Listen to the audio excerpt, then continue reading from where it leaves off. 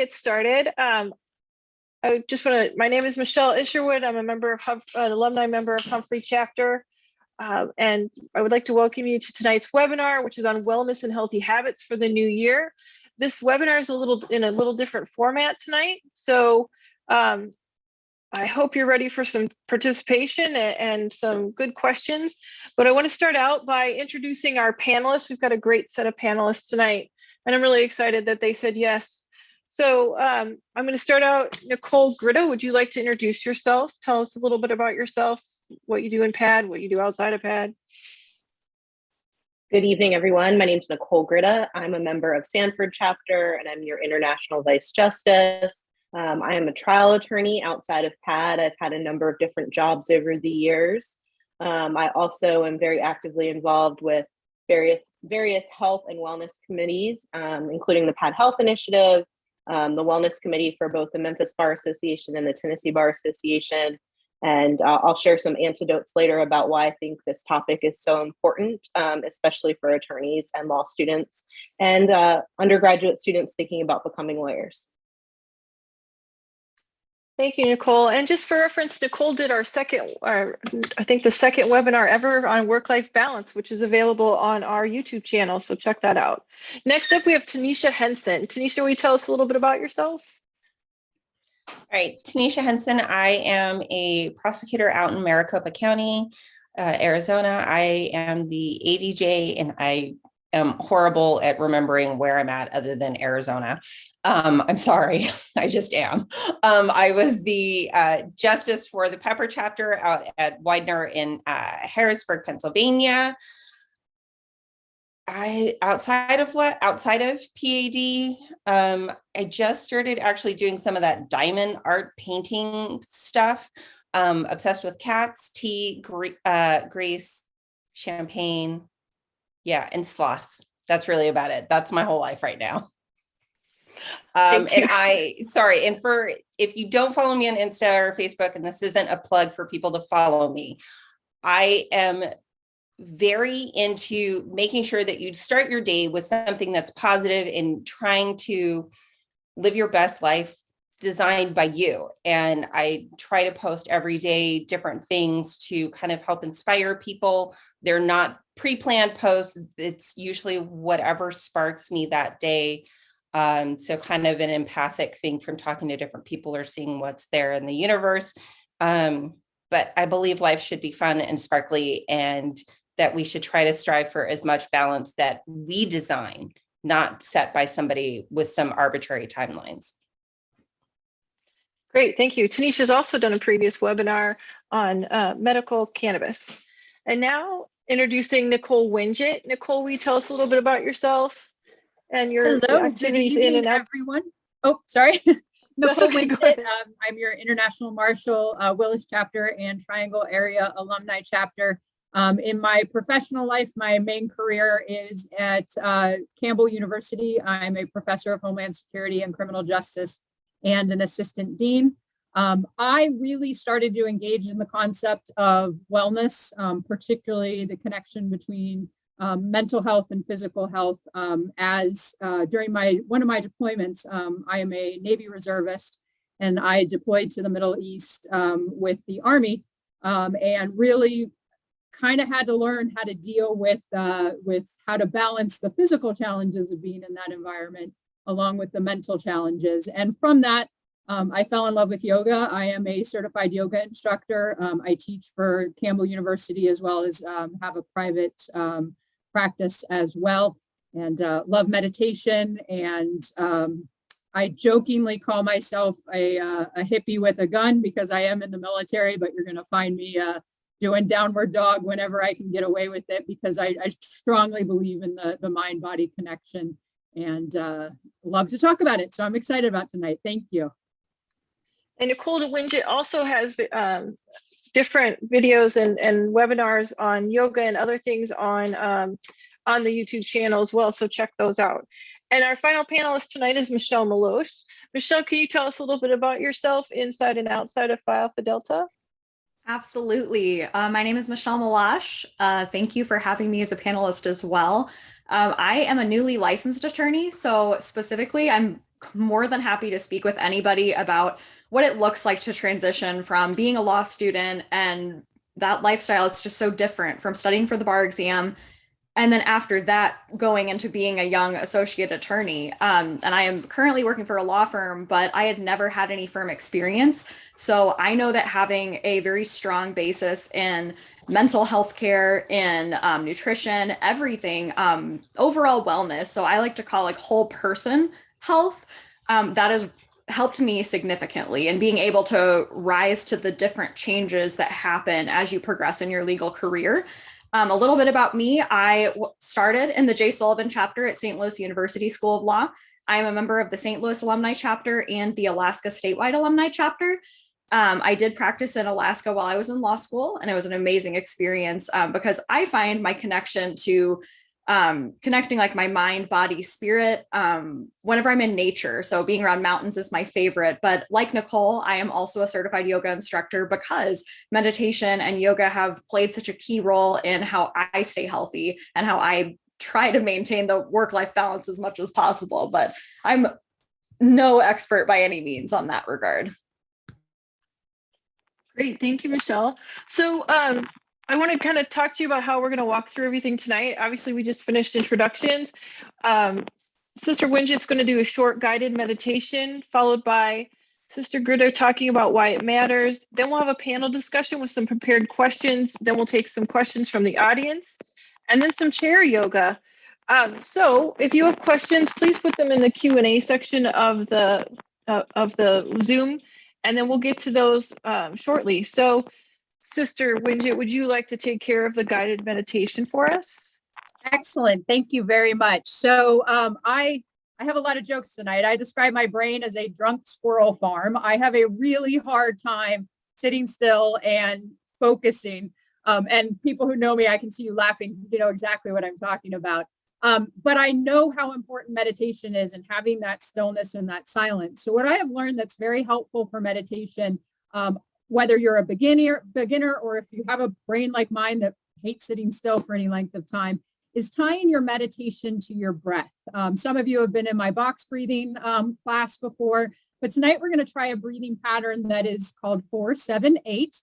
And to no one's shock, it's because we're going to do a pattern of 4 on an inhale, 7 on a hold, and 8 on an exhale. And I'll walk you through 2 or 3 sessions together. Then I'll be silent for about a minute so that you can listen and connect with your breath. Then we'll end on a breath cycle together. So when I say inhale, you're going to be inhaling slowly through your nose, keeping your lips closed. When I say hold, that just means gently hold your breath. And then when we exhale, we're going to open our mouth just a little bit and sigh it out slowly. You're all on mute. You can make some noise if you want. Sometimes it feels good to let the out. Everybody has their own breathing pattern. So if the 4-7-8 doesn't work for you, if you find you're struggling with that at all, or it just doesn't feel good, just settle into a breathing pattern that feels good for you. You can keep your eyes open or closed, whatever you're comfortable with. I do suggest if you keep your eyes open, try to soften your gaze. Don't focus on any one thing. Try to give your mind a moment to connect with your breath. So with that, let's take a moment to settle in. If you want to close your eyes, now is going to be the good time to close them. And start just paying attention to your breath coming in through your nose and out through your nose, whatever your gentle, natural breath is. We're going to start with the 4 count. So in through the nose, 2, 3, 4, hold, 2, 3, 4, 5, 6, 7, part the lips and exhale for 8, 2, 3, 4, 5, 6, 7, 8.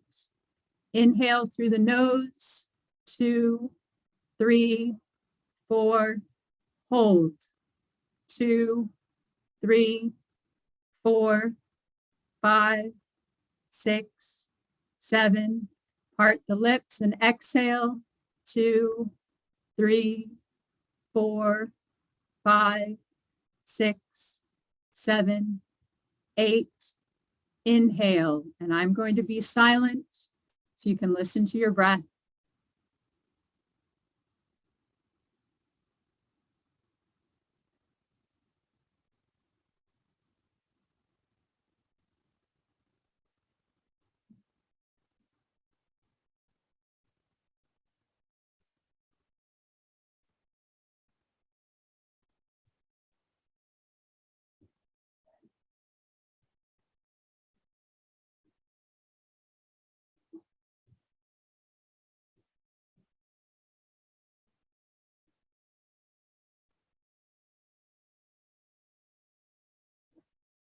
And we'll do one more together. On your next inhale through the nose, 2, 3, 4, hold, 2, 3, 4, 5, 6, 7. Exhale through the mouth, 2, 3, 4, 5, 6, 7, 8. And inhale. And this time, let your breath come back to the natural slow breath. When you're ready, if your eyes are closed, go ahead and open your eyes. I hope that gave you a quick breathing practice that you can institute anytime you need some calming or anti-anxiety effects. This is my chill out breathing pattern that I use when I need to calm down. Thank you all for practicing with me, and let's get to the webinar. Nicole Grida, would you like to share why this is important and why it matters? Yes, absolutely. Thank you so much, Sister Winget. I feel like this Zen has just come over me, and especially important talking about this next slide here. So this study was done back in 2015, so it is a little dated, but I do think that the takeaways from the study that was done by the ABA Commission on Lawyer Assistance Programs is very important. When I first started practicing, I learned about TLAP because I had the unfortunate experience of having somebody close to me who was struggling with some substance abuse and addiction issues. Thankfully, they were able to reach out to the Tennessee Lawyers Assistance Program and get some help and some assistance. And happy to say that 15 years later, that person is thriving. And so I think it's really important. Not only do lawyers have a much higher likelihood of having problematic drinking. We talk about substance abuse, and we oftentimes think about people who are addicts or alcoholics, but that's not, really what this study got to the heart of, that it can be a lot different than that. I know that during the pandemic, for some people, myself included, you may have been by yourself or with a pet, maybe not around people, and sometimes found yourself just feeling down and doing things that maybe you wouldn't otherwise do if you were out living a normal life. The anxiety and depression is also very concerning. And then I'm sure many of us who've been practicing or law students have also known someone or have, an extension of someone they know who has had some suicidal ideations over the years, or hopefully not. But I personally can tell you, 2 steps removed from someone who did take their own life. So this profession is stressful. Law school is stressful. Trying to get into law school is stressful. Trying to decide what you want to be when you grow up is stressful. Don't think that you have that first job and it's perfect. And if it's not, you're a failure, because I am a true testament of that not being true. And we'll talk more about that a little bit later. But there is some really good information out there that came out of this study. So I'd encourage you all to take a look at it. On the next slide here, I do have a link, and I'll put it in the chat as well. A couple other things that came out of the study that I think were very important is that the rates were much higher among young, less experienced attorneys, and that the problematic drinking I mentioned earlier in and of itself could lead to higher levels of depression, anxiety, and stress. And I think a lot of times people think, oh, I'll just have some wine or a cocktail to take the edge off. But then maybe, you find yourself waking up a little later the next day, and then you're stressed out because you're rushing to get ready for work or a meeting or whatever the case might be. Or it may just be masking some of those other feelings that you're having. You can see there the barriers is not wanting others to find out that they needed help, and concerns over privacy or confidentiality. And so to the second barrier, I would again encourage you, every state has a lawyer's assistance program. They call them different things, but those are all confidential. If you or someone has some issues, we oftentimes, again, think it's alcohol related or substance abuse related, but it could be anxiety, stress, depression, grief, all of those things. They're wonderful resources. Most of them offer free counseling. So I really would encourage you guys to take a look at that if you have some concerns for yourself or for others. And know it's okay to not be okay. So not wanting others to find out you needed help, like it's okay to not be okay.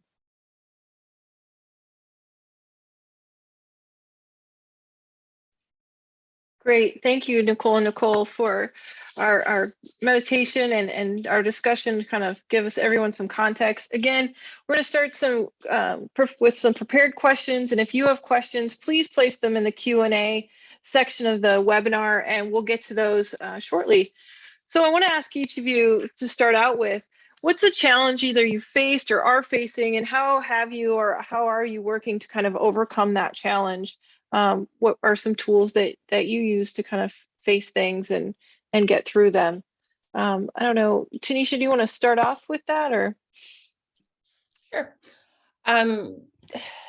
There have been a lot of challenges. I graduated from law school. Actually, this is my second career. So before I decided to go to law school, I was actually a certified death investigator in a couple of different states.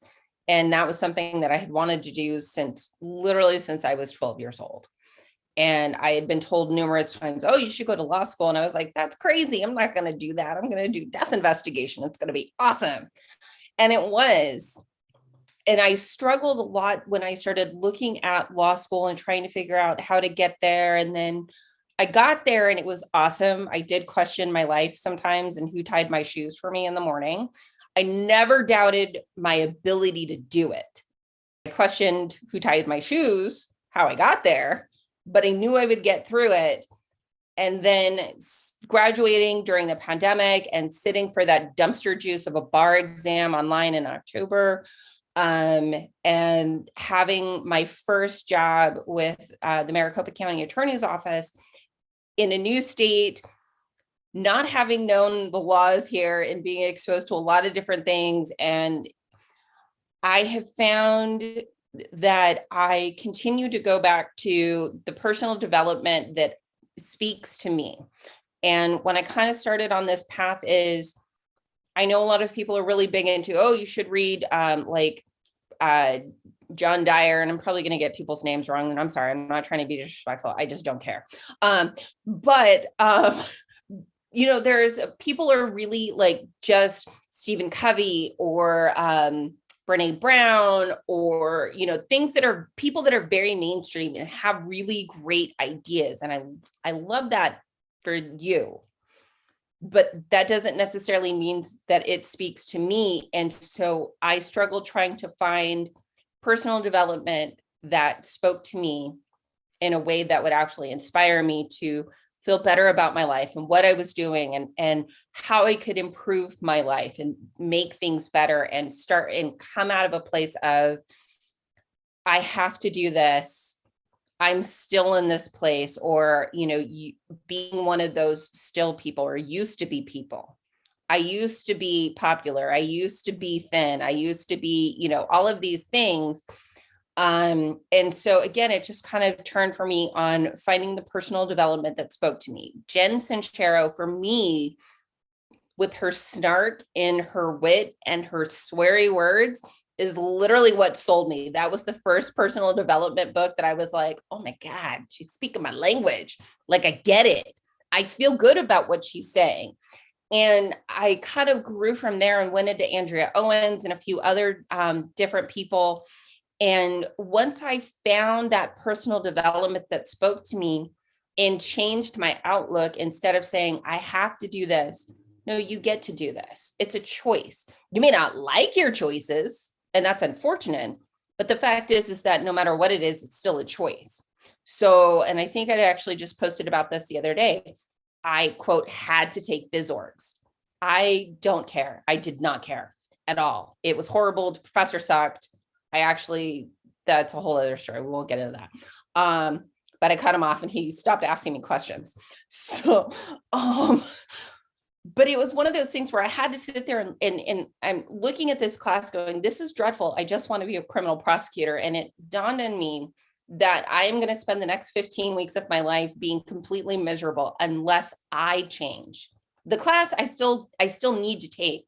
So how can I approach this? Okay, well, I get to do this. because by getting to take this class, that means I get to finish my degree, which means I get to go to the job that I want. But how do I make that actually work for me instead of just trying to say this gets me to my end goal? Well, what happens if one day I decide I don't want to be a criminal prosecutor anymore and like my whole life is a lie? What else would I do? Well, I'd be an in-house counsel for Target. They don't know it. They would totally hire me, but they would. And so for me to be in-house counsel for Target, I would need biz orgs. So it made sense. It made sense. And it made me a little more excited about taking that class. And so it was just looking in myself and seeing, how can I change small words to make my day better, to find that purple sparkly lining. And I know a lot of people use the word silver lining, and, you know, good for you. I like purple. I like sparkle. I mean, literally, like, my badge for work is purple glitter, and I'm a prosecutor. I'm sure it's great. But you've got to find those things that just make you happy and feel inspired. And it's okay to know that not every day is going to be awesome. It's just not. That's just the truth. But if you can find one thing in every single day that brings you a little bit of joy, or even if you can't, because we've all had those days, and I'm not going to lie and say, oh my God, every day is roses, or I find something awesome in every single day. It doesn't. Today, to be completely honest, today was horrible. I literally thought about just like saying, I can't do this, and I'm just going to like crawl into bed with some hot chocolate and like just call it a night.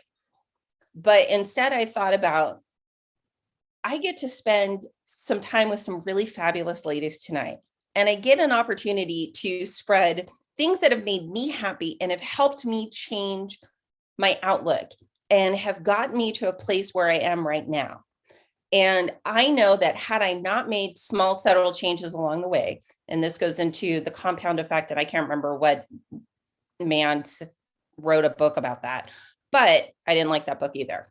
But the compound effect, whenever you look at it, it really is just small things every day that lead to big things that can make a huge impact on your life and lead you to people and experiences that you never would have had. Again, it's hard. Life happens.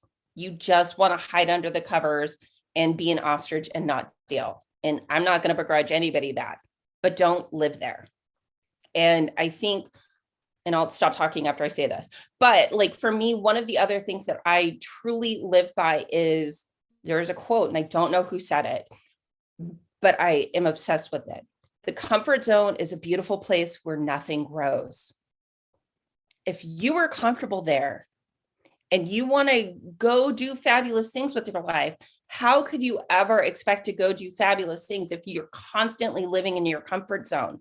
Go do things that scare you. Move across the country, change jobs, meet new people. It's hard. It's hard. I've moved across the country like 5 times in like 7 years by myself, sometimes with my cats, mostly by myself. I don't regret any of it. My bank account does. I don't, because I got to meet really awesome people and have really great experiences. And had I not made all of these changes, I would not be here with you people tonight, and I would not be who I am. So yes, the comfort zone is a beautiful place, but you don't want to live there.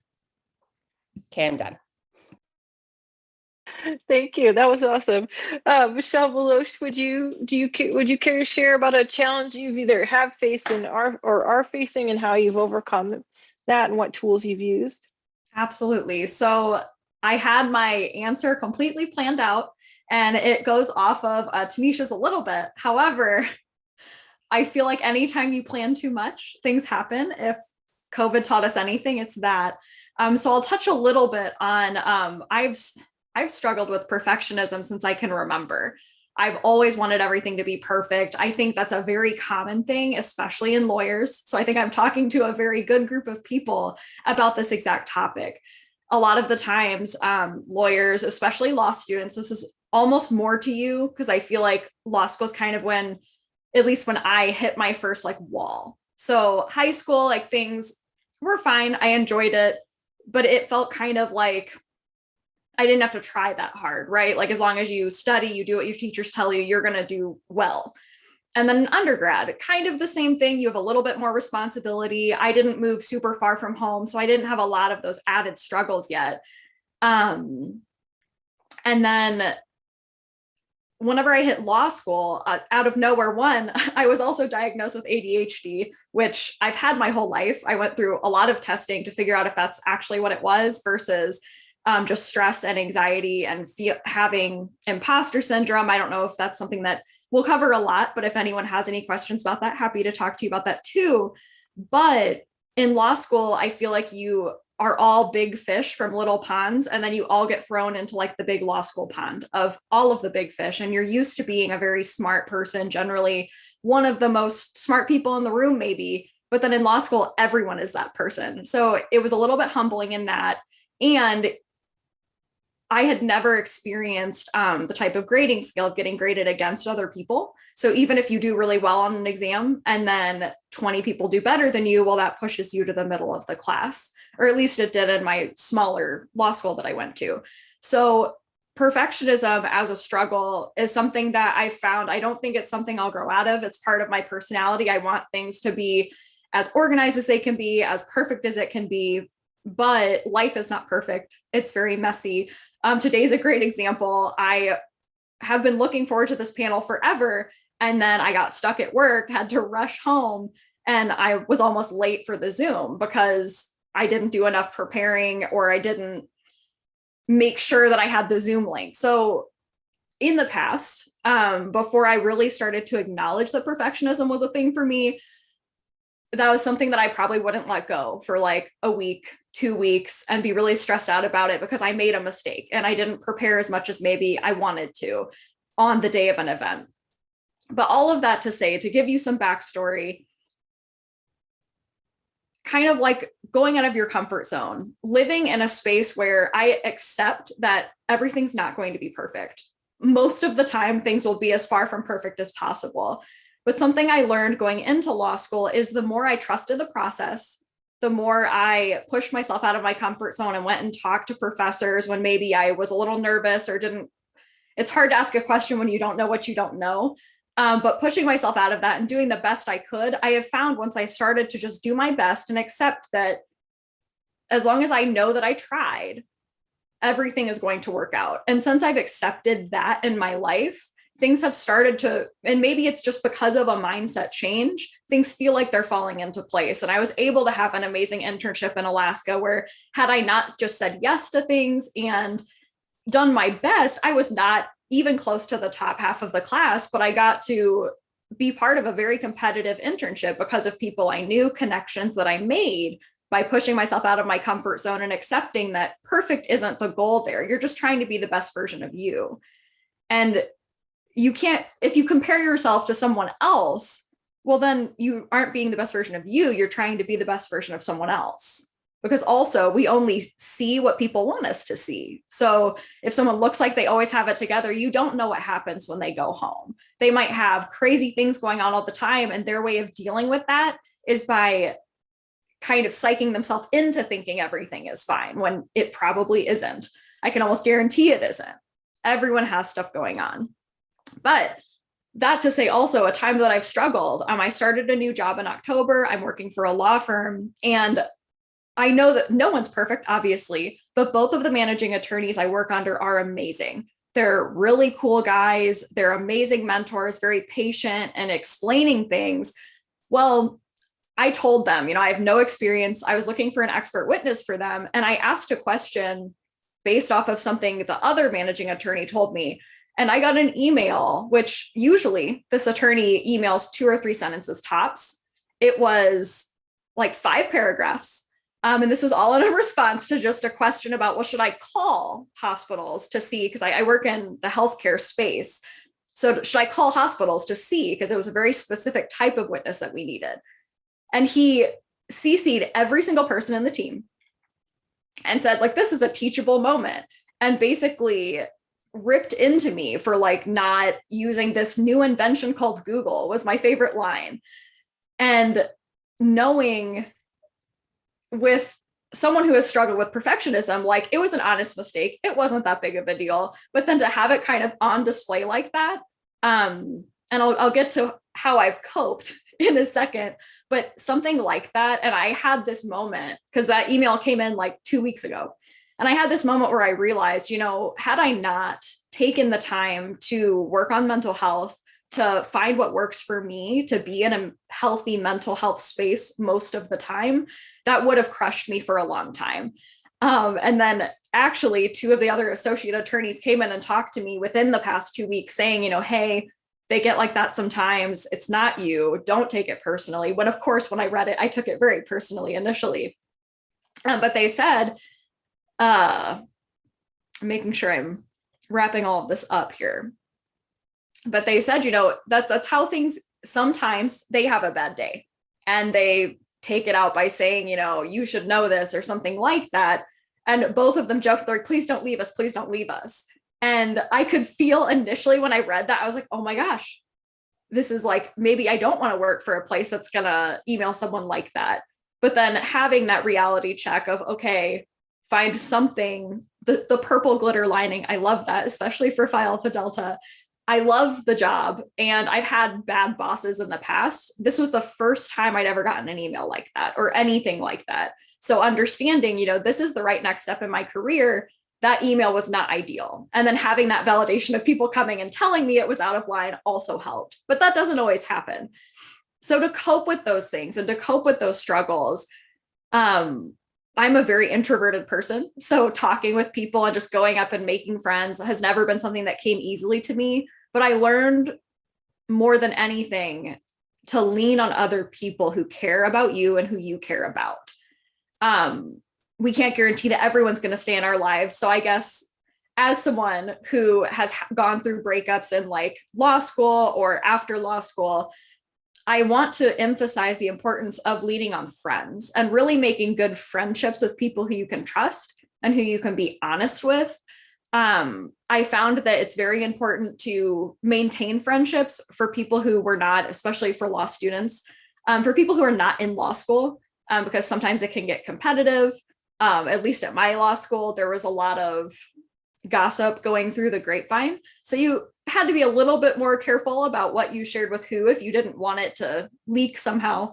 But finding that support system and understanding that just like we want to be there for our friends, it's okay to lean on people too. And so for me, perfectionism was always something that I got stuck in my own head with. But if I talked it out with a friend that I knew I could trust, and sometimes that was a mentor also that I made through Phi Alpha Delta, actually. So I want to stress, like, maybe you've lost touch with some friends, reach out to people in Phi Alpha Delta too, because we've been there.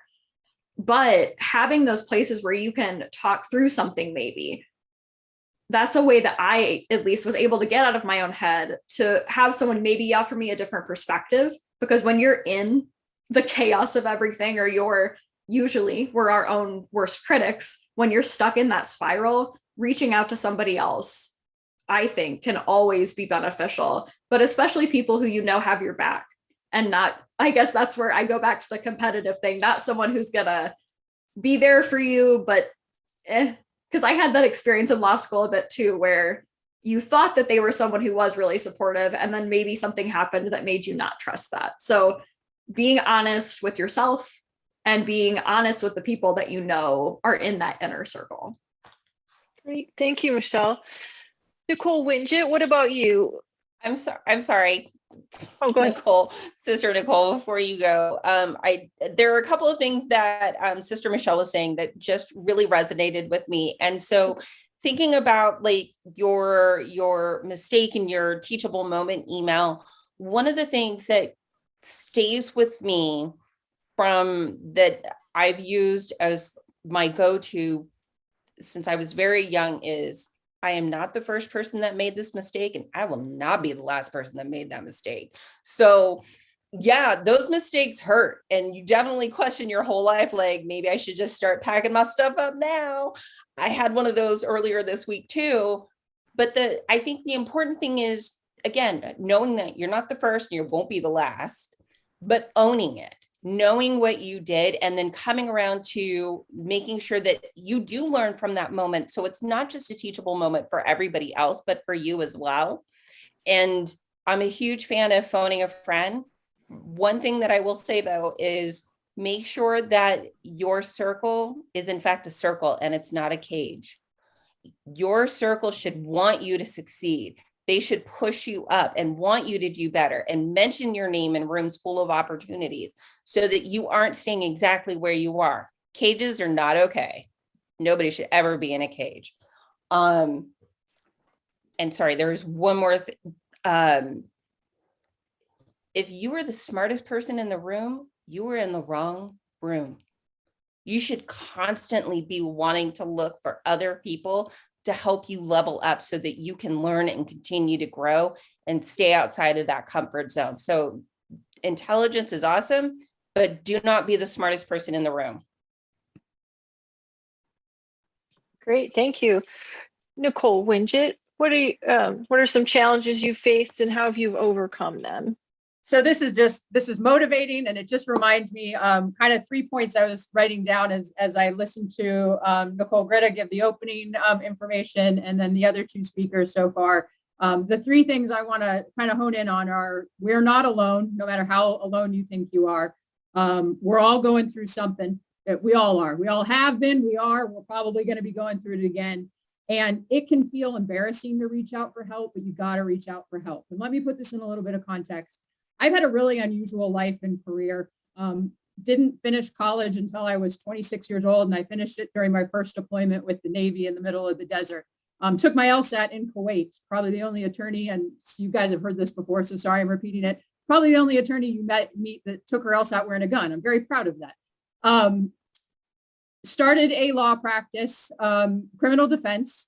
And for those of you who don't know me well, I pride myself on having the reputation of, excuse my French, being a badass. I run Iceland ultra marathons for fun. I know how to shoot guns. I've been in the Navy for 20 years. Part of my identity is being known as this tough person. And that's been very important to me. So back in 2014, I got orders to go to Afghanistan. So I had to shut down my law practice, went to Afghanistan. It was an amazing deployment. It was about 1.5 years in the middle of the desert with the Army Rangers. Some of the most fun I've ever had. And I know fun sounds weird, but it was fun. Came home and thought I had my life all mapped out when I went over to the desert. But I came home and some things had happened in my personal life where I came home to no longer having some of the connections I had had.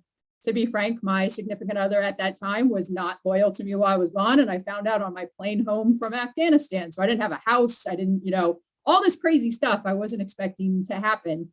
And I look back now and I kick myself a little bit because it took me way too long to figure out that depression hit, and it hit hard, like big time. I was in pajamas, eating cereal and drinking whiskey for way too long. Fortunately, I had military related friends specifically, and I'm going to use them as an example. They weren't my only people. In fact, there are people on this call that are part of the reason I got out of that funk. But there were some military friends of mine who saw what was going on. Because frankly, you go from having a high speed mission where we had 19-hour days, 7 days a week for 1.5 years. You had a purpose, you had a drive. And then you came home and you didn't have that anymore. And I didn't think that. I'm the tough chick, Nicole Winget. I don't need help. I'm doing fine. This is normal. I'm fine. But fortunately, some people saw what was going on and started getting me engaged in volunteer work. I started working with a veterans organization.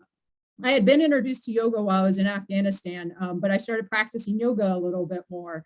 I started getting back involved with Phi Alpha Delta and eventually realized I needed to have a long talk with myself about where I wanted to go. And I made some personal decisions that I was going to pivot my career from practice into higher education.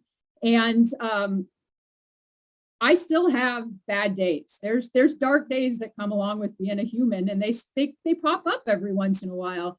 But what that period in my life taught me is, one, I don't have to be embarrassed, because as much as I like everybody to think I'm tough, there's people that I think are 1,000,000 times tougher than me that came to me and said, Nicole, it's okay to have a bad day. It's okay to need to go scream in the woods or cry in your pillow. Like, do what you need to do to take care of yourself. It doesn't mean you're not as badass as everybody thinks you are. And again, I think almost everybody has said this so far. And if I could ask one thing of everybody in the world, it's to remember we're all going through our own poo and respect that. And I'm not saying lay down and take crap from people, but try to filter your responses to people through that. You know, that person who snapped at you while you're walking into Taco Bell, or they may be having a really bad day. Maybe you need to smile instead of snapping back. And there's a balancing act there. And then last but not least, my life motto, and I really embraced it after this time, is Semper Gumby. And it's modeled after the Marine Corps Semper Fi. It basically means always flexible. And that is one thing that I live by. And I see some smiles because y'all have heard me say it a million times. It was my logo at our last convention. You have to be able to keep the spirit of flexibility whenever possible. And if you can keep Gumby even in the back of your mind on your dark days, you're going to be just fine. So if nothing else, for those of you who know me and think Nicole's got it all together, no, I had about a 3-month period where I was eating cereal in my pajamas and it was not a good time. So we've all been there, we've all done that, and we'll all get moving forward. That's all I got. Great, thank you. Nicole Grida, do you want to round us out on this question? Yeah, I mean, I think we're hearing a recurring theme, which is something I mentioned earlier. It's hard for those of us who are very, very type A to admit we're not okay, right? But it is okay to not be okay. You know, when I first decided I wanted to go to law school, all I thought about was I wanted to be a trial lawyer. Being a trial lawyer was going to be amazing. I was going to get to do all these amazing things. And then after I was a trial lawyer for a while, some wonderful company would want me to come work for them in their in-house legal department. And I'd be, to use Tanisha's word, or I don't even know who said it now, but I think it was Tanisha, to be a badass. I, you know, all those things came true. I did all those things. I was a trial lawyer in private practice for over a dozen years. I was an in-house counsel with a Fortune 500 company. And now I am on an indefinite sabbatical and I'm not sure what comes next, but I am okay with not knowing what comes next. And if I would have known that I would be in this place 5 years ago, I would not have been okay, even a couple years ago. A couple of things that have shaped me over my legal career is that, you know, like most everyone who goes to law school and decides that this is the profession that they want to follow, you're very driven, you're very type A, you have a plan. This is what I want to do. This is how I want to do it. Here's my timeline. Here's what's going to happen. And when all those pieces start to come together, you think, oh, wow, this is great. This is success. I've made it. But at what cost? You know, it's okay to not be okay. In the same token, you shouldn't be miserable. So if you wake up every day and you dread what that day is going to look like, and the only things that you're looking forward to are the things that you've carved out for yourself that don't have anything to do with the job. And even if you love your job, but you don't like the actual physical act of doing it for whatever reason, it's okay to not be okay. It's okay to recognize and appreciate that. If anything, the past 2+ years have taught me is that life is very short. Those of you who know me know I recently lost my cousin. We grew up together. He's 4 weeks older than me. Like, life is short. He had all the best laid plans. I had all the best laid plans, but it's okay to not be okay. It's okay not to follow that plan and to not follow that path. You know, one thing that I think really shaped me very early on in my career, I had been practicing for about 5 years, probably a little less than 5 years. I was with a regional insurance defense law firm, and I was, you know, relatively healthy, fit. I worked out. I went to the gym regularly. You know, I was active, and I was at work one day and I couldn't talk. My speech was slurred. And then the whole right side of my body was numb. I couldn't feel anything. I was trying to talk to people. The guy that I was dating at the time, I made him come pick me up, took me to the hospital. They thought I was having a stroke. You know, I wasn't even 30 years old. Lo and behold, they determined it wasn't a stroke. It was a migraine that was mimicking stroke-like symptoms, put me on, you know, gave me advice how to lessen the stress in my life. And I really took that to heart. That's probably when I first, you know, got into the meditation aspect of health and fitness. When I first sat down and thought, okay, even if I just do 5 minutes of the breathing exercise that we did at the beginning of tonight's session, Or earlier today, I like to do a midweek meditation where I physically lay down.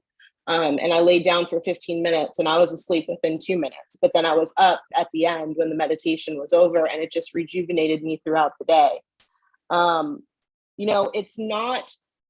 It's to go back to it's okay to not be okay. It's also okay to recognize that the path you thought was for you is not your path. There's a wonderful book out right now, and I'm going to butcher the name. I'm sure I have it sitting around here somewhere, but it's about finding your second path. I think it's the second mountain, and I will drop the link in the chat below because I know I have it handy.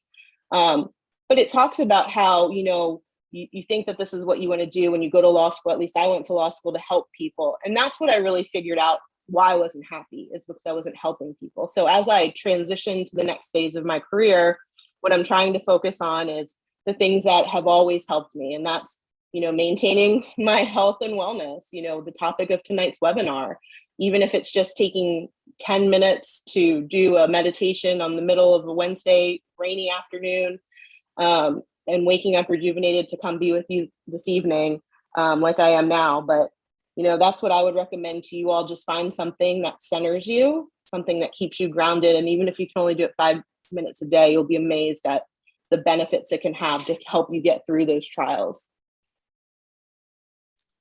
Great, thank you. Again, if you have questions, please put them in the Q&A. So this question, if each of you could give us like your favorite resource for, what would be the one resource that you'd tell people to go to when they're either starting their wellness journey, or if they're already on one, like what would help them get to the next level? So I'll go ahead and start with Nicole Winget. What would be that one resource that you'd share with people that, really? So this isn't super specific, but I love YouTube and Googling, we talked about Google, using YouTube to find guided meditation and breathing exercises.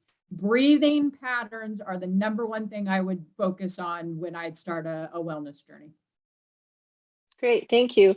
What about you, Nicole Grida? So I think that wellness is so many things. I've shared some of the physical things that I think are important on a wellness journey, but I also think it's important to eat well.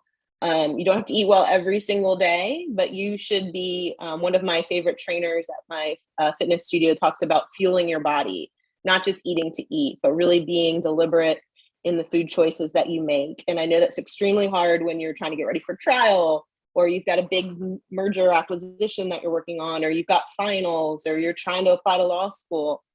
But maybe not drinking, 12 rock stars, maybe having 6 glasses of water and 6 rock stars, half. But yeah, just really trying to find a holistic, I think Tanisha and both Michelle and Tanisha talked about that earlier, a holistic approach to health and wellness, because it's very easy to focus on one aspect and to the neglect of others. So really just trying to be as well balanced as you can. What about you, Michelle? What's the one resource that you would recommend to anyone trying to begin or even continue their wellness journey? So super funny. My first one was guided meditations on YouTube. My second one was drinking a lot of water. But that brings us to another balanced, holistic thing. But there was one quick thing I wanted to add. We were talking about being a badass and like how we don't want to talk about things. But what I have found more than anything, the people that I find more badass than anybody are people who can be true to themselves and people who do make their own health, especially mental health, a priority. I found that I'm like, wow, someone who can not only like acknowledge that, but then actually do what it takes and take the time to put in the work to get to a good place, that's pretty badass. On another level, to answer my next thing on top of the guided meditations on YouTube, which there are some awesome ones out there, and drinking water, would be sleep. I know that it's hard in law school, especially as an attorney, when you want to get something done. But just like you need to fuel your body, just like you need water, you need all of those things, you have to sleep. I was very much a stay up all night to study for something in undergrad. one, you can't do that in law school. You definitely can't do that when you're studying for the bar exam. Sleep is so important. And maybe you can't get 8 hours every night, but really try to get at least like 6, and then do take those extra 2 hours on the weekend, right? To sleep in, to recover, because that's when your body and especially your brain actually create those neurons again. It's how you recover. And if you don't take that time to recover, I mean, I've hit walls, and I'm sure we all have experienced that to some point. So sleep. Great. And Tanisha, what about you? What's your resource or, big thing your one thing to kind of further people's wellness journey? So I'm going to put a link in the chat box. This is for an individual. She is somebody, Ashley Maven, who I worked with, who's kind of like a life coachy type person. And I never thought I would be that girl that did that. But again, this is one of those things that was very personal. I did like a free 30-minute conversation with her to figure out whether or not she would even speak my language. And she did, and helped me see so many other things that helped me on my path. And she also, it was really funny to me because I had a couple of books on my Amazon wish list for like probably 5 years from Tosha Silver. Outrageous Openness and Change Me Prayers. And they were books that I had been looking at, but had never gotten around to pulling the trigger to purchase. But when I spoke with Ashley, she talked to me about what Tosha Silver does and those books and how they're helpful. And I wasn't even finished with my 30-minute conversation with her by the time I had purchased those books. They were already on their way from Amazon. So it's, again, this is something that's really personal, and I'm not trying to be evasive or a douche about it, because I do really think that like all of us have given different ideas on what works, and it's trying different things and not being afraid to try what I've said, or what either sisters Nicole's have said, or what sister Michelle has said. It's trial and error, and what works for you isn't going to work for somebody else. And I think that's true also with the food thing. And I know a lot of us eat different ways. Some people are super focused on, oh, I'm a vegetarian. Good for you. I'm not hating on vegetarians or vegans or whatever those other things are. If it works for you, good on you. But I think that understanding that there really is a connection between what we eat and how it affects our body, and following like a standard American diet doesn't always work for everybody. I was like craving yogurt my second semester in law school, and ended up my entire body breaking out with rash and hives. So I have not eaten yogurt since then because it just doesn't work for me. I did find that eating tons of bacon was awesome. And I was late to class, and almost late to class a number of times because I was busy making my bacon in the oven.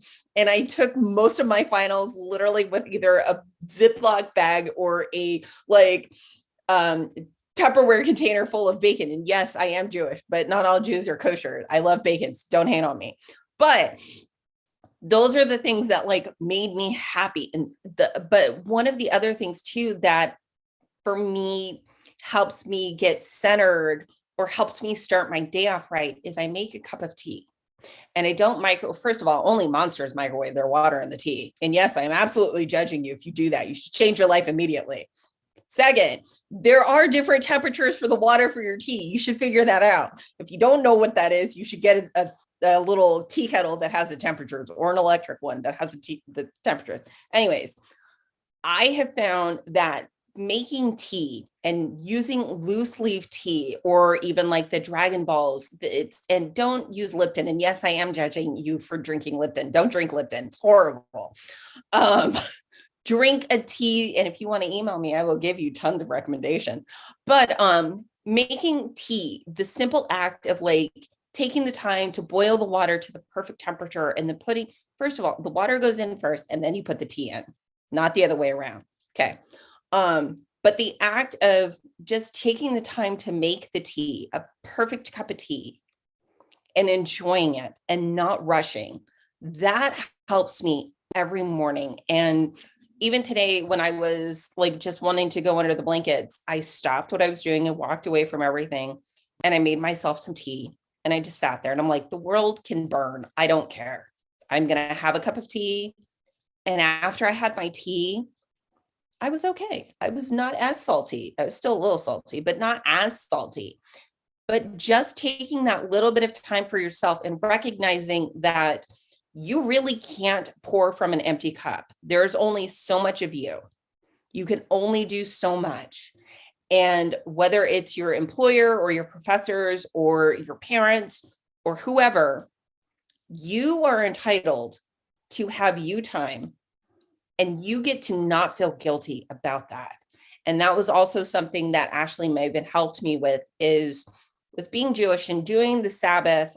I always felt like I needed to be working. I needed to be doing something. And it was really hard for me to dial it back and to relax and to recognize that, number one, I need this, but number two, I deserve this. I'm worth it.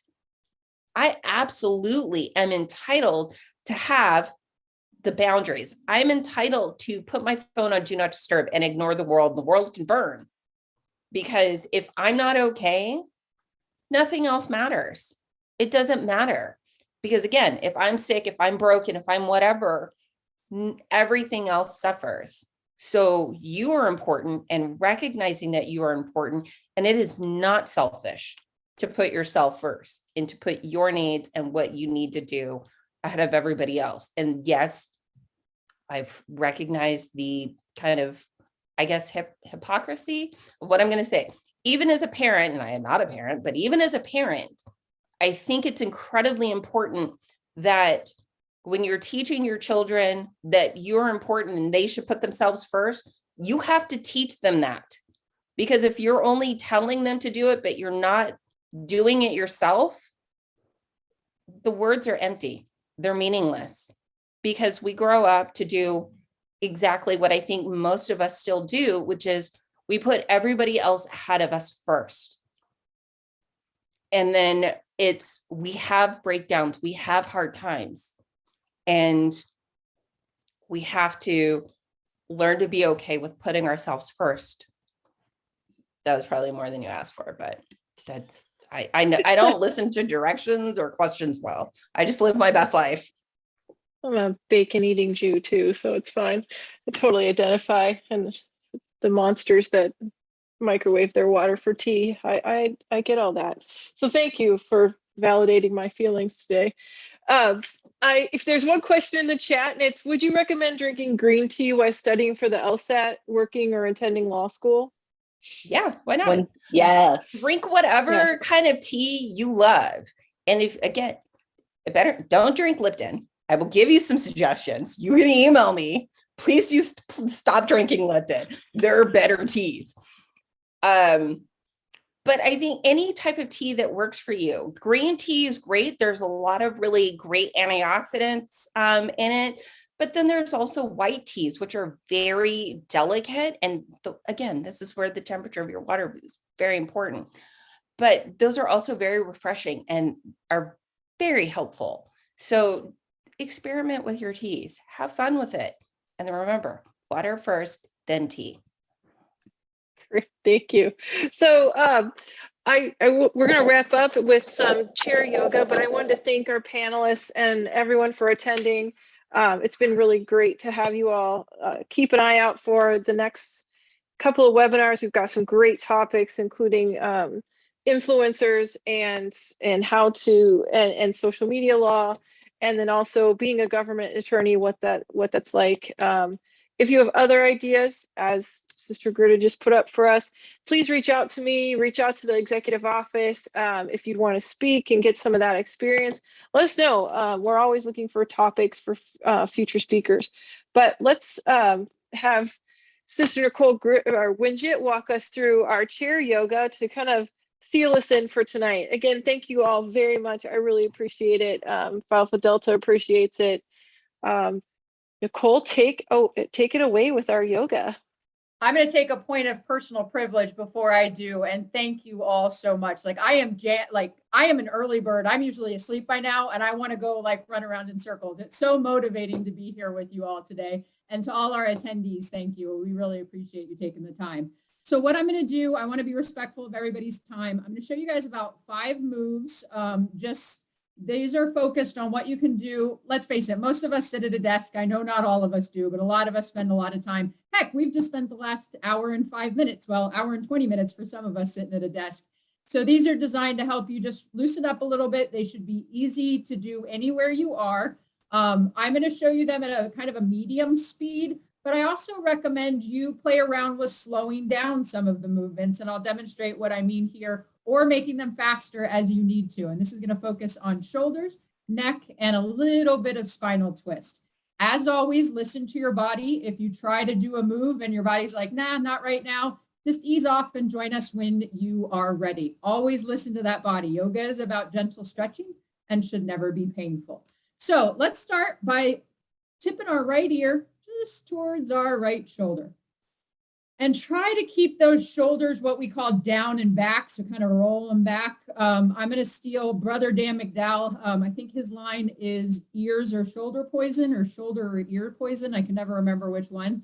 So try to keep those shoulders away. And then let's tip our head to the other side. And to tie in a little bit of mindfulness here, kind of check in and see, does your neck feel different on your side, on different sides? Sometimes our bodies aren't completely even, and one side will feel tighter than the other. I'll tell you right now, my left side, I don't know how my neck gets tighter on one side than the other, but it is. Okay, this one's a little weird, so only go back as far as you feel comfortable, but we're going to tip our head back, look towards the ceiling. And you should feel the stretch towards through your neck. It's hard to talk like this. And then let's tip that head forward, bringing the chin to our chest.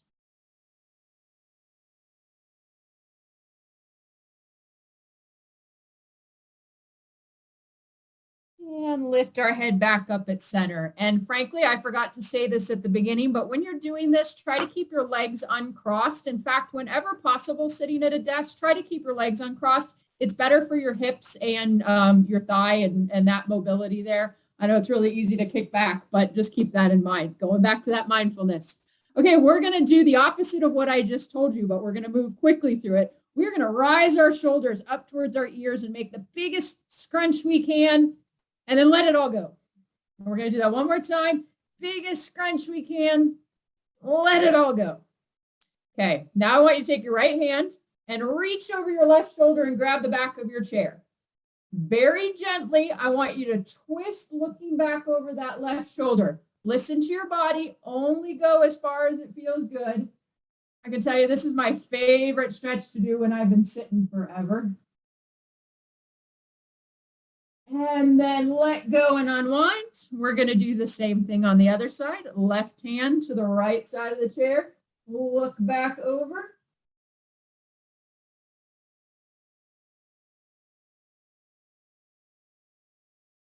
And come back to center. Let's shrug our shoulders one more time up towards the ears. Stretch, stretch, stretch, stretch, stretch. Let it all go. And there's some helpful chair yoga that will hopefully help you loosen up throughout the day. Particularly the twists, the more you do them, you'll find even throughout the day, you'll be able to go a little bit deeper. Again, thank you very much, everyone. If you have any questions, let me know. Otherwise, have a lovely evening. Thank you, everybody. Thanks for joining us.